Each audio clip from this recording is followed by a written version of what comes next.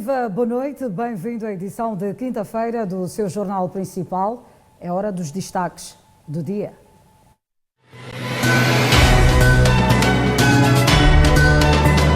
Comandante-geral da PRM reconhece casos de excesso de zelo na atuação da polícia durante o estado de calamidade pública no país.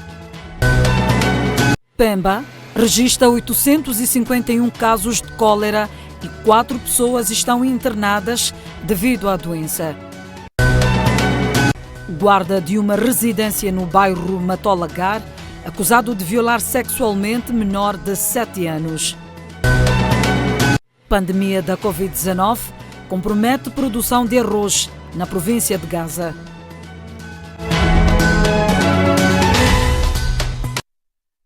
Pois é, o comandante-geral da PRM reconhece casos de excesso de zelo da atuação da polícia durante o estado de calamidade pública em vigor no país. É uma situação que tem gerado contestação popular na esfera pública em tempos do decreto presidencial. O objetivo único é de salvar e fazer com que esta doença se reduza e não torne-se uma vulnerabilidade a atingir ao ponto da doença ao nível comunitário. É só isto. Há erros, sim, e nós reconhecemos. Somos humanos, às vezes podemos agir por excesso de zelo, admitimos isso, em todos os serviços acontece, mas nós prometemos corrigir e uma denúncia pontual nós aceitamos toda a crítica. O comandante da PRM avançou que mais de 719 pessoas foram detidas em todo o país por desobedecer o decreto presidencial. Do trabalho que todo o país fez até ao presente momento, mais de 719 cidadãos foram processados e detidos, passaram das celas da polícia em todo o território nacional. 41.119 pessoas foram dispersadas em várias aglomerações desnecessárias no nosso país. Por outro lado, Bernardino Rafael referiu que cerca de 20 agentes da Polícia da República de Moçambique perderam a vida devido à Covid-19 no país. Quantas pessoas perdemos no nível da Polícia da República de Moçambique? Até neste momento, nós temos um registro de cerca de 22 pessoas, membros da Polícia da República de Moçambique, que perderam a vida com Covid-19. São pais de famílias, nossos colegas, o garante da ordem de segurança pública. Portanto, estamos prejudicados neste processo, por isso pedimos que os colegas se previnam. O país já testou, desde que foi declarado o primeiro caso da Covid-19 em março, mais de 3.000 casos suspeitos. Cerca de 75 pessoas perderam a vida por atropelamento entre 2019 e 2020 na cidade de Maputo. Os acidentes de aviação, sobretudo na capital do país, é uma das preocupações do comandante-geral da PRM, sendo que o atropelamento tem se destacado nos últimos 2 anos. Estamos com problemas de acidentes de aviação na cidade de Maputo. Sobretudo, atropelamentos que atingem a uma cifra de quase 80%. Pois que só atropelamento causaram 75 óbitos na cidade do Maputo. Apesar da redução de casos de acidentes de aviação, o comandante-geral da PRM não deixa de manifestar a sua preocupação. Estamos com problemas de acidente de aviação. Houve uma redução muito ligeira, a ter em conta aquilo que são os óbitos. Registraram 215 em 2020, 290 em 2019. Essa redução de mais ou menos 45 casos não é muito justificável, tendo em conta que, mesmo em termos de óbitos, a redução foi de 3 óbitos. O excesso de velocidade é apontado como o principal fator dos acidentes e a sensibilização é vista como única via para se ultrapassar o problema. Nas justificações encontra-se excesso de velocidade como uma das causas de acidente de viação na cidade de Maputo, bem como má travessia de peões. Então, educação vial aqui tem que concentrar. Concentrem-se na educação vial. O comandante-geral da PRM falava esta quinta-feira durante a tomada de posse de alguns oficiais na cidade de Maputo. Ainda esta quinta-feira, o comandante-geral da PRM, Bernardino Rafael, fez saber que no país, neste caso na capital do país, houve redução de crimes entre 2019 e 2020. O comandante da PRM na cidade de Maputo manifesta-se satisfeito devido ao nível de redução da criminalidade nos últimos 2 anos na cidade de Maputo. Apresentaram-nos a avaliação de 2019 a 2020. Disseram-nos que a cidade, em 2019, registraram 11.048 casos criminais e em 2020, 10.661 casos. Reduziram em cerca de 387 casos criminais. É espetacular. Canfumo é o distrito que lidera o ranking do recrudescimento da criminalidade na cidade de Maputo, sendo que Camachaquén ocupa o 3º lugar. Concentra-se nos distritos mais propensos com a prática da criminalidade na cidade de Maputo. Por favor, concentrem-se.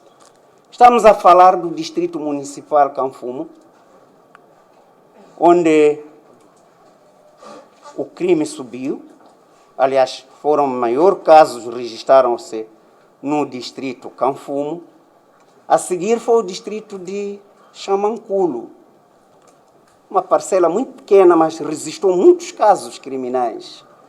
Depois foi com mais Camachaquén. Refira-se que o comandante-geral da PRM escalou esta quinta-feira 2 esquadras da polícia ao nível da cidade de Maputo. Seguimos com outras notícias. Efeitos da pandemia da Covid-19 prejudicam o setor de caju na província de Gaza e colocam trabalhadores e produtores com um futuro incerto. A informação foi avançada esta quarta-feira durante a visita do Ministro da Agricultura e Desenvolvimento Rural à processadora de caju, a Condor, que pede a revisão do quadro regulatório desta indústria, visto pelas empresas processadoras da castanha de caju como principal entrave para a sustentabilidade da atividade. Passa por uma revisão séria do quadro regulatório que regula o subsetor do caju aqui em Moçambique e, sobretudo, de criar as condições para que seja mais abonatório processar a castanha de caju aqui em Moçambique e um dia podemos alcançar o pleno processamento dentro das nossas fronteiras. O Covid, obviamente nós estamos a ser afetados pelo Covid, tem sido um problema sério, mas eu acho que não é importante nós fazermos a distinção das coisas e não escamotear a totalidade do problema com o Covid. O Covid, sim, veio reforçar uma crise que nós já vivíamos, mas esta crise começou há cerca de 2 anos atrás, uma questão de uma queda da bruta do preço da amêndoa e, consequentemente, da castanha. Ademais, o presidente do Conselho de Administração desta entidade processadora da castanha de caju sublinha que, apesar das dificuldades impostas pela pandemia, há boas expectativas no setor para o presente ano, embora a volatilidade do preço no mercado seja outra dor de cabeça para a indústria. Bem, a nível da indústria eu não posso falar porque não tenho os números em mente, mas diria que ascendem aos 15 milhões de dólares consolidados entre várias fábricas, não é? Portanto, as 15 fábricas que nós tínhamos em operação na indústria do caju. O problema aí prende-se mais com a exportação da amêndoa partida. Nós este ano, acho que o Covid, enfim, está mais de uma maneira positiva consolidado, digamos, portanto nós aprendemos a viver dentro desta crise e já estamos a conseguir fazer outra vez as vendas que não conseguimos o ano passado, digamos assim. Portanto, essas exportações de amêndoa que não aconteceram o ano passado estão a acontecer este ano No entanto, eu volto a dizer, nós temos que resolver uma crise de fundo do setor que não tem a ver com a Covid, tem a ver com um quadro regulatório que precisa de revisão.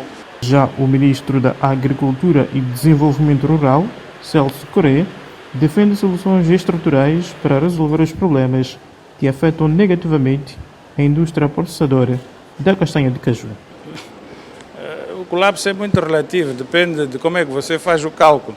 Se fizer o cálculo que há 5 anos atrás a capacidade produtiva era de 58 toneladas e neste momento está em 108, poderá considerar isso. Eu não considero que o setor de caju esteja em colapso, por uma razão muito simples. Conforme tive a oportunidade de dizer, os níveis de produção estão a aumentar, os níveis de produtividade por cajual estão a aumentar. É necessário sim, conforme é do domínio de todos, acertar vários fatores. O fator da comercialização, o contrabando, que acontece também a porosidade das nossas fronteiras, e é necessário criar incentivos para que a indústria possa ser competitiva a nível global. Este é um caminho que se constrói. Os problemas conjunturais, nós encontramos medidas imediatas, foram estas que acabamos de resolver. Os problemas estruturais têm que ser desenvolvidos a médio e longo prazo. Não vamos encontrar soluções mágicas, mas uma coisa é certa, a produção está a aumentar e o Governo está próximo da indústria, conforme tiver a oportunidade de ver. De realçar que, na ocasião, foi rubricado um acordo para a concessão de crédito de pouco mais de $1 milhão para reanimar a indústria processadora do caju. Ainda na província de Gaza, a pandemia da Covid-19 compromete a produção do arroz. Este agricultor desenvolve a produção de arroz neste campo com uma área de 100 hectares, das quais 20 são dadas como perdidas, e aponta a deficiente gestão dos sistemas de regadio e da bombagem da água como alguns dos problemas que contribuíram para a perda de culturas. Lá há um sítio chamado Bombim, onde tinha-se montado, tinha-se montado uma máquina aí para bombar água, mesmo no tempo das chuvas. Essa bomba ajudava muito. Há muita necessidade, se Sua Excelência conseguisse minimizar essa situação, acho que o choque havia de fazer uma maravilha, particularmente na cultura do arroz e outras culturas. Porque essa é uma dificuldade, como por exemplo, agora, esta água não vai agora. No mesmo distrito, nesta outra área de 243 hectares, também a chuva arrasou 113 hectares, segundo a informação dos extensionistas locais. No posto C apenas na associação, são 103 hectares. Afetados? 300. Quantos hectares tem aqui? Tem 200.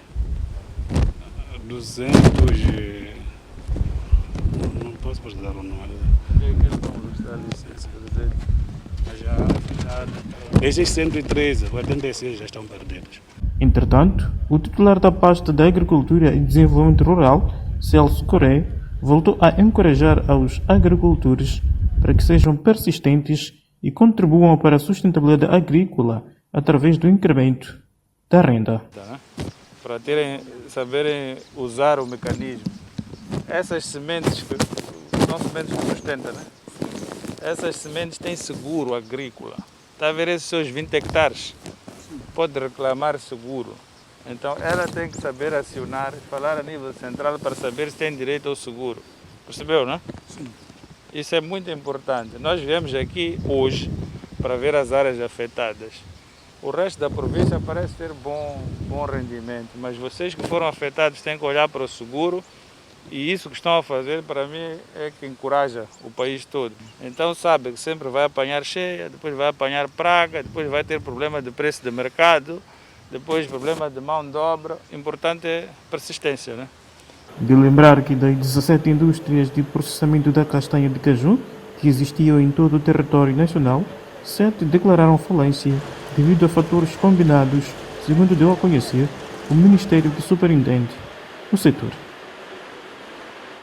199 profissionais de saúde foram infectados pelo novo coronavírus. Destes, apenas 23 já recuperaram da doença.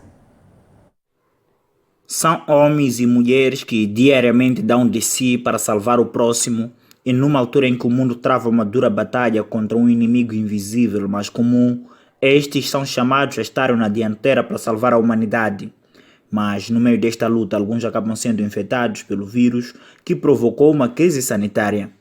Na província de Manica, de acordo com o chefe do Departamento de Saúde Pública, Nuno Horácio, 199 profissionais em toda a província foram infectados pelo vírus. Destes, 23 recuperaram e os restantes continuam com o vírus ativo e em isolamento. Deste número, cerca de 176 profissionais têm a doença ativa e 23 profissionais são considerados recuperados. A maior parte desses profissionais são assintomáticos, alguns têm sintomatologia leve. Nuno Horácio garantiu que os colegas estão a ter um devido acompanhamento e os possíveis contactos já foram rastreados. Existem equipas criadas a todos os níveis, refiro-me a nível provincial e a nível dos distritos, que fazem assistência aos colegas e aos seus familiares, no sentido de garantir todo o pacote de rastreio de contato. Porque os profissionais da saúde já se queixavam da carga horária e com este número de profissionais praticamente inativos, questionamos se esta situação poderá afetar o atendimento nos hospitais, ao que a fonte garantiu de que o atendimento vai continuar e que não vai ter grande impacto na vida do utente. Não há registro de algum serviço que tenha havido necessidade de interrupção por causa destes colegas que não podem trabalhar nesse momento. Desde a eclosão do vírus, nenhum profissional de saúde já foi internado e nem declarado óbito.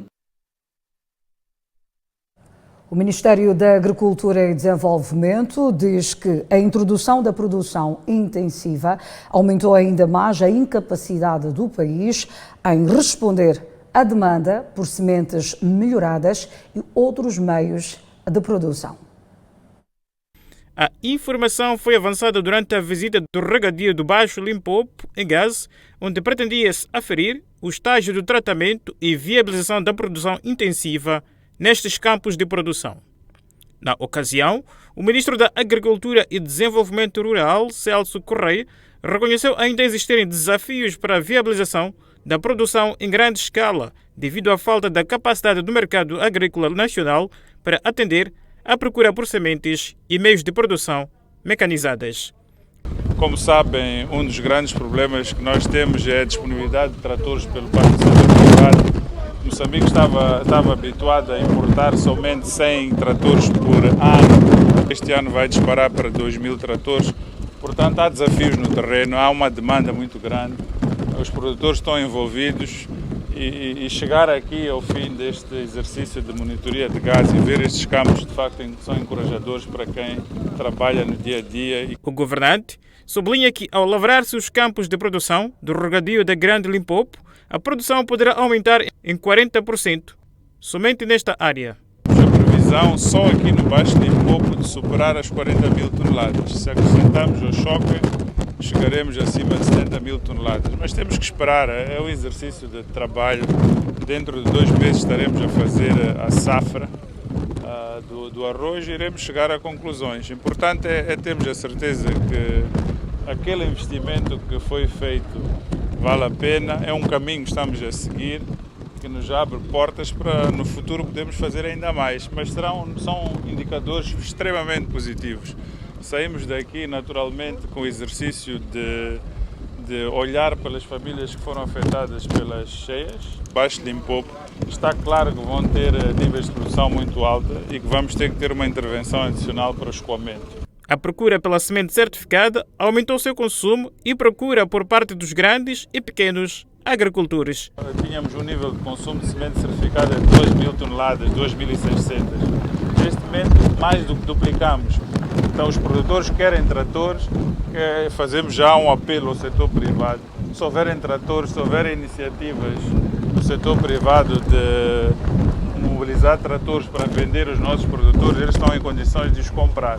Naturalmente o governo não vai ficar a assistir a esta falha de mercado. Nós estamos a estimular os vários fornecedores a poderem fazer encomendas de tratores e possivelmente esta dinâmica começar a projetar já as primeiras fábricas de produção de tratores. Somente para este campo agrícola, trabalham um pouco mais de 1.500 agricultores familiares que poderão contribuir para o incremento dos níveis de produção na província de Gaza.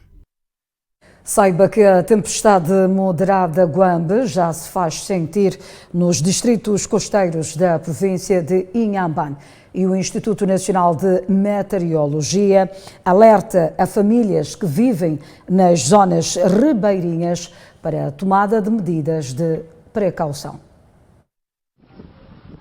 Desde a madrugada desta quinta-feira que a província de Inhambane está sob influência dos efeitos da tempestade moderada Guambe, um fenômeno que, segundo o Instituto Nacional de Meteorologia, tem forte potencial para evoluir até ciclone tropical ainda esta quinta-feira. Atualmente, nos distritos costeiros há ocorrência de ventos fortes que vão até 80 km por hora com rajada até 100 km. Telefonicamente, o delegado do INAME em Inhambane, Vriat Macaring, disse que os ventos são acompanhados com chuvas até 100 milímetros em 24 horas. E tendo em conta que isso vai provocar, portanto, muita chuva e sabido que E as chuvas agravam a degradação da estrada regional número 482, que liga os distritos de Machis e Omuíne. Os automobilistas dizem estar a somar prejuízos avultados. A estrada regional número 482 compreende 24 km de extensão. A rodovia liga por terra os distritos de Machis e Omuíne, na província de Inhambane. Nos dias que correm, anda na boca dos automobilistas. Em causa está a degradação acentuada, caracterizada por buracos de todos os tamanhos na plataforma. Aliás, a chuva que cai sem trégua está a reeditar o problema que se afigura antigo. O pior que fica com essa chuva aqui, a situação é outra. Sim. Como estão a andar assim? Tem que mesmo tentar esquivar, andar a marcha lenta, não tem mais que isso. A velocidade só pode ser 20, 30. A maneira de como estão a ver, para andar é um problema, você tem que escolher sítios. Sim, é por isso, a estrada não está bem razoável. Os automobilistas dizem estar diariamente a multiplicar prejuízos decorrentes das condições precárias de transitabilidade na estrada regional número 482. O primeiro prejuízo é que eu tenho, se não tenho inspeção, tenho que pagar multa. Eu faço inspeção hoje, imagine, ainda tenho que voltar a Machis. Sim, exige inspeção, até polícia trabalham, mesmo a chover estão aqui. Quando não tem inspeção, tem que tirar alguma coisa. Exige isto, aquilo. Saio daqui, eu apanho polícia ali, manda-me parar. Pisca, bati cova. Aquilo teve uma avaria, é uma multa. Os nossos entrevistados afirmam que não são poucas vezes que os condutores, na tentativa de esquivarem buracos, envolvem-se em sinistros de tipo despiste e capotamento. Informação atualizada dá conta que diariamente passam desta rodovia mais de 200 viaturas. Entretanto, os automobilistas são obrigados a ter habilidades de fazer gincana numa estrada. Tudo porque buracos como este podem ser vistos ao longo de toda a plataforma desta estrada Omuíne-Machis, a crucial para a comunicação entre os dois distritos. Com a repórter de imagem Eduardo Nhapambo, André Calbino, TV Sucesso. Já a Administração Nacional de Estradas está ciente da degradação da estrada regional 482 em Inhambane e promete iniciar em breve trabalhos de manutenção de rotina. A estrada regional número 482 é mais uma rodovia em estado de degradação na província de Inhambane. Um cenário agravado pelas chuvas intermitentes que caem nos últimos dias nesta região. O delegado da Administração Nacional de Estradas em Inhambane começou por reconhecer as dificuldades que os automobilistas estão sujeitos na rodovia. Estamos cientes das dificuldades que são criadas com esta situação de chuvas e com esta situação de buracos nas nossas estradas. estamos cientes. Dado Mendes garante que a estrada regional número 482 está contemplada para trabalhos de manutenção de rotina em Inhambane. Mendes fez saber que o empreiteiro já existe e brevemente arrancam os trabalhos de intervencionamento na rodovia. E o que nós temos estado a fazer nos dias de chuva, infelizmente não temos como fazer nenhuma atividade. Mas quando melhora, voltamos a fazer o tapamento desses buracos para minimizar a situação. Infelizmente está a chover muito, um dia atrás do outro, e os buracos, logicamente, eles vão aumentando a sua dimensão. Exato. Daí que se verificam os buracos de grande dimensão que temos nesta altura. Exato. Estamos já mais ou menos uma semana sempre a chover e os buracos estão a aumentar, infelizmente. De notar que o governo anualmente gasta mais de 5 milhões de meticais para o intervencionamento de rotina na estrada regional 482 que liga os distritos de Machixe e Omoine, na província de Inhambane. Moradores do Quarteirão 1, na Matola Gar, acusam o proprietário de uma quinta de boicotar a circulação das águas da chuva, provocando inundações nas residências da vizinhança.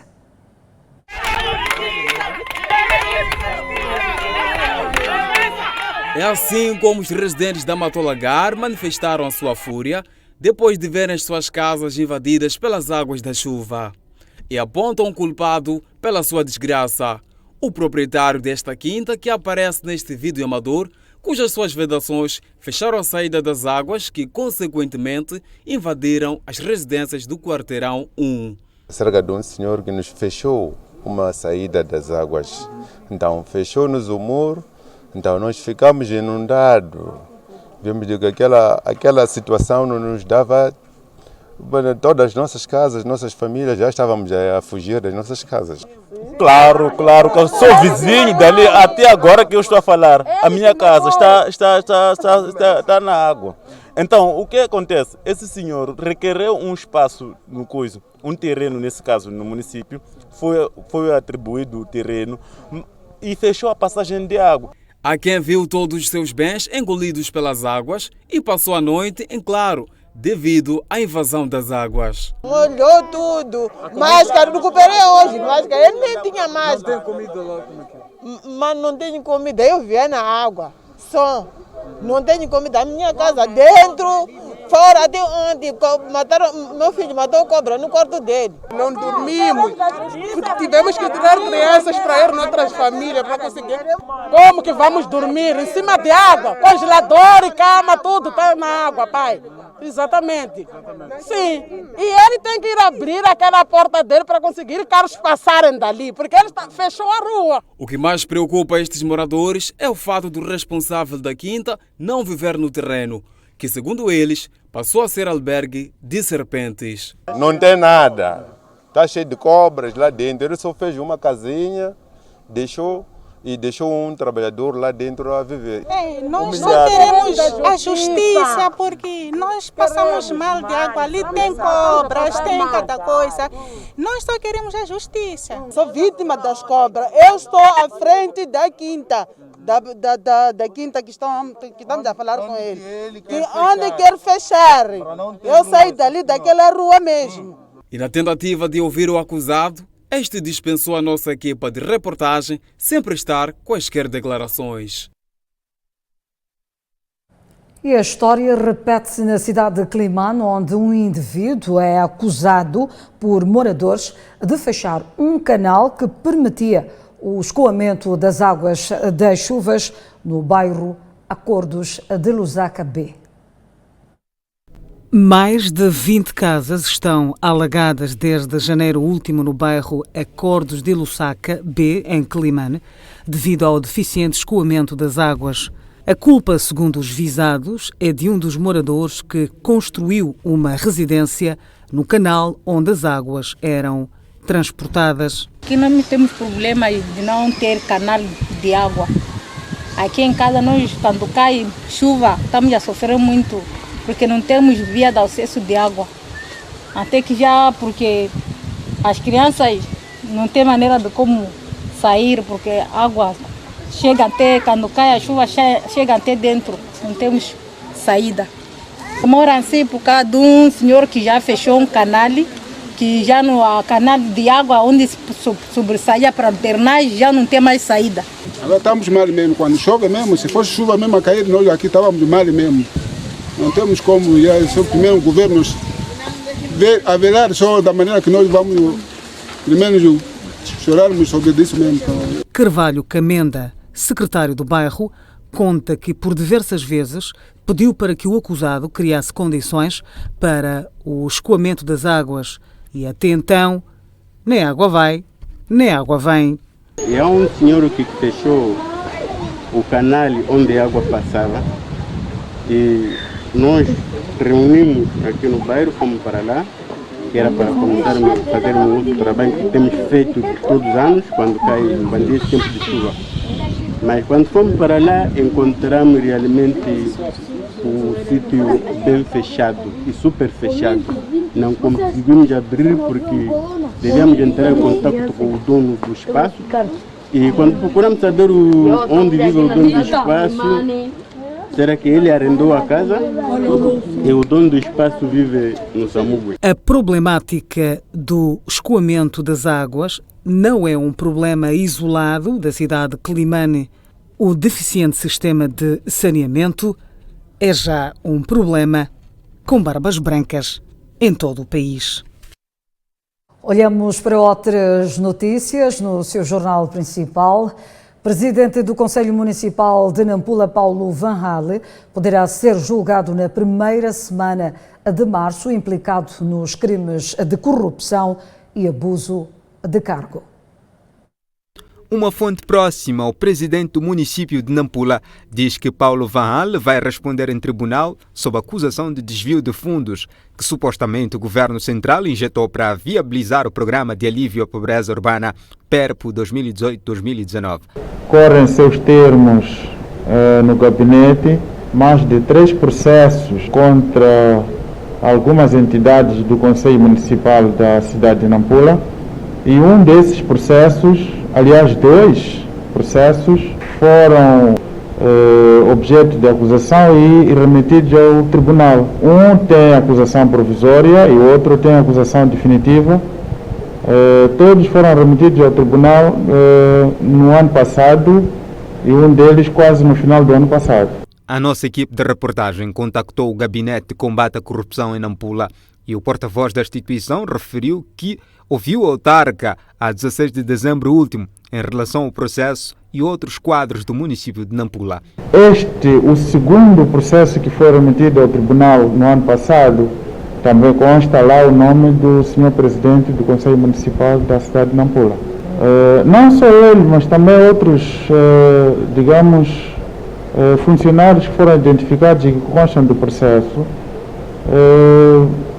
pesam sobre eles, crimes de abuso de cargo ou função, não é? E também ilícitos de inobservância de regras de administração financeira do Estado. A reportagem da TV Sucesso ficou a saber que, para além de Paulo Van Hale, o presidente do Conselho Municipal de Nacala Porto, Raul Novinte, vai igualmente ser julgado por crime de corrupção. Entretanto, contactado o Tribunal Judicial de Nampula, este não se pronunciou, porém uma fonte que não quis ser identificada assegurou que na primeira semana de março irá decorrer o julgamento dos gestores do município de Nampula. De volta às notícias, mulher acusada de agredir esposo é solta de seguida pelo comandante da PRM na cidade de Tete. Trata-se de uma jovem de 38 anos de idade, identificada por Imaculada Carlos, residente no bairro Xingoze, na cidade de Tete, teria usado a força dos seus dentes para puxar os órgãos genitais do esposo. Após um desentendimento entre o casal, a vítima de 48 anos de idade contraiu ferimentos graves na altura, tendo sido socorrido pelos vizinhos para o Hospital Provincial de Tete. Antoninho Miguel explica tudo como aconteceu. Fui agredido com minha senhora. O problema foi o seguinte: pedi ao meu filho um copo de água gelada. Disseram que não podia. A mãe disse que não podia me dar água gelada porque eu não pago crédito de leite. Por isso o meu direito é de beber água quente da torneira. Mandou o filho para levar água da torneira. O facto que deixa a vítima mais indignada é de ter recebido chamada telefônica do comandante da 3ª Esquadra da PRM para serenar o assunto, uma vez que o processo estava em bom andamento. Deixei a pessoa, né, na coisa, disse vai ser acompanhada. Pronto, eu volto para casa. Quando volto para casa, estou a ser ligado com o próprio comandante da 3ª Esquadra a dizer que estou a pedir grande favor, que os mais estão a ligar para que esse processo tem que ser um processo normal. Não estou satisfeito da maneira que foi feito e até hoje estou a sentir dores. Os vizinhos da vítima, por sinal testemunhas, também condenam a decisão da polícia e rogam que a justiça seja feita. O que agiu o comandante da 3ª Esquadra, de uma hora para outra, assim, solta a pessoa ou a esposa. Uma mulher que consegue morder um marido, sexo, estragar sexo, mas queria fazer o quê? Era matar. A polícia não foi justa. Já a esposa da vítima reconhece o sucedido e explica a sua versão. Vivendo assim, ele não tira nada. A mim me dói. Eu no sofrimento com criança. A única coisa que ele faz só paga água aqui em casa. Deixou de fazer tudo. Ele mandou criança para lhe dar água. Eu disse, deixa essa água, leva água na torneira. A única coisa que ele faz, paga água na torneira. Deixou aquela água. Ele com força, como a casa dele, levou outra botija. Quando eu arranquei, ele me deu cabeçada. Começou a me bater. Quando ele estava a me bater, eu não tinha como. A intenção dele é de me bater. Se vou te bater, vou te matar para ir se queixar. Quero ver quem vai me prender. Foi quando eu te peguei e mordi, onde eu mordi para ele me largar. Refira-se que, no presente ano, este é o primeiro caso relacionado com briga de casal que termina em violência. Já na cidade de Maputo, mulher acusa agentes da Polícia Municipal de terem rebocado sua viatura ilegalmente e exigido 1000 meticais para a devolução da mesma. Verdadeiro tumulto que se registrou na tarde desta quinta-feira, envolvendo agentes da Polícia Municipal e uma cidadã numa das esquinas da Avenida 24 de Julho, na cidade de Maputo.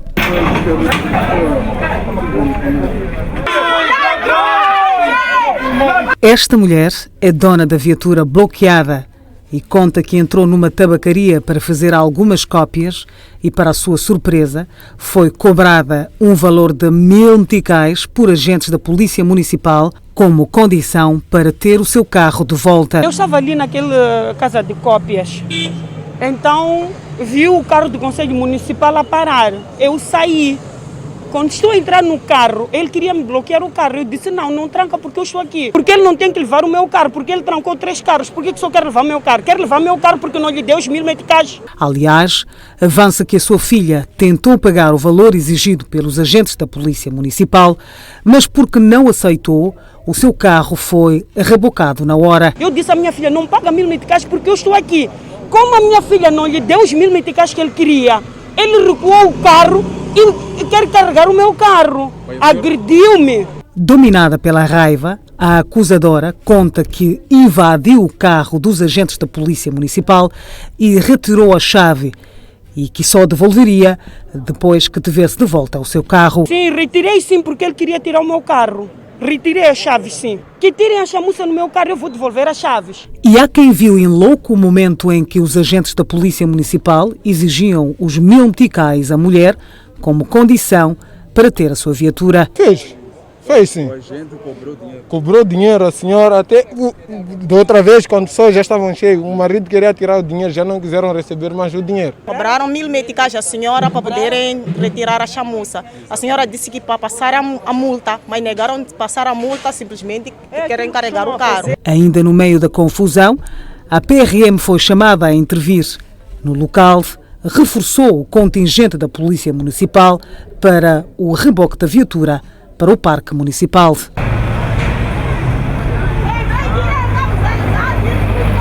A TV Sucesso tentou ouvir os agentes da Polícia Municipal acusados, entretanto, os mesmos não teceram quaisquer declarações.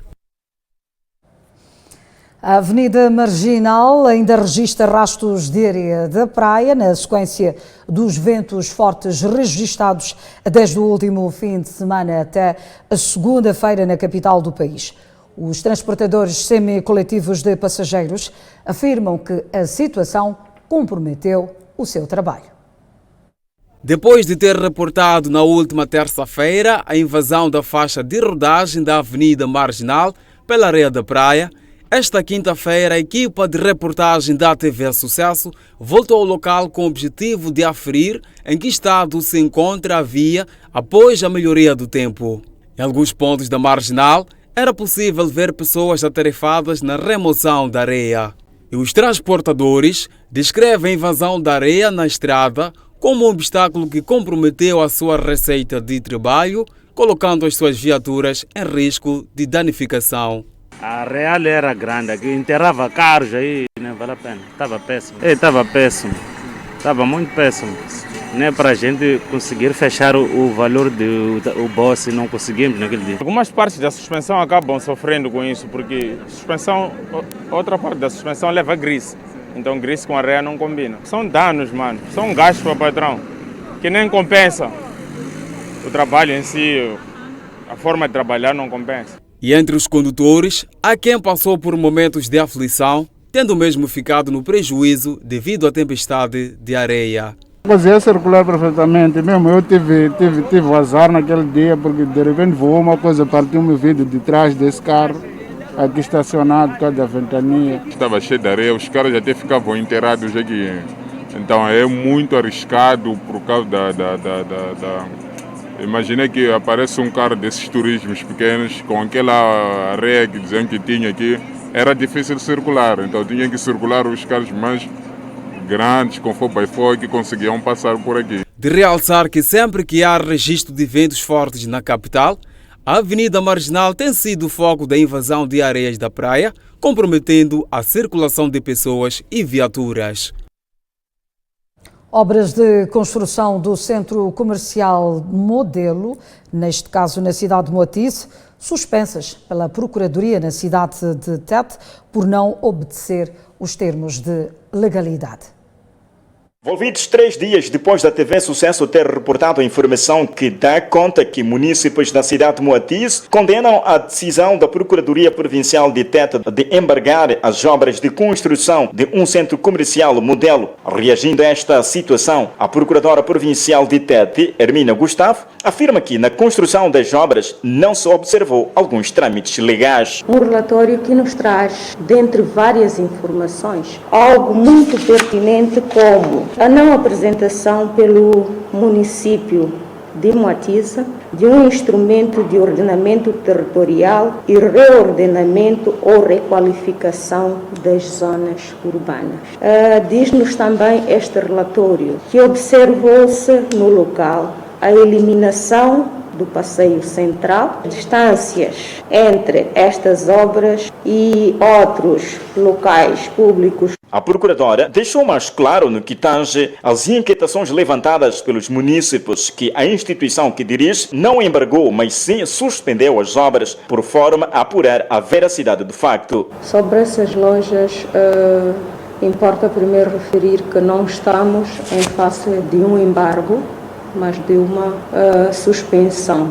Portanto, uma suspensão de continuação daquelas obras enquanto não temos um parecer técnico da equipe constituída pela Procuradoria para avaliar a viabilidade e tudo que tem a ver com o planeamento de infraestruturas, portanto, na cidade de Moatize. Hermínia salienta que caso haja legalidade na edificação dos empreendimentos, os mesmos poderão retomar a sua execução. Se efetivamente chegarmos à conclusão de que não foi violada a legalidade que é permitido, não há problema nenhum em termos aquelas lojas no local, nós vamos simplesmente deixar continuar. Como dizia, a nossa medida é preventiva, porque se estamos em face de alguém que reclama que estão a ser construídas lojas naquele local, e enquanto nós vamos averiguando... De recordar que faltam 7 dias para o primeiro aniversário da elevação à categoria de vila à cidade de Moatize. É tudo no seu jornal principal, com a derrota do Juventus frente ao Futebol Clube do Porto por 2-1. Até amanhã, bom descanso.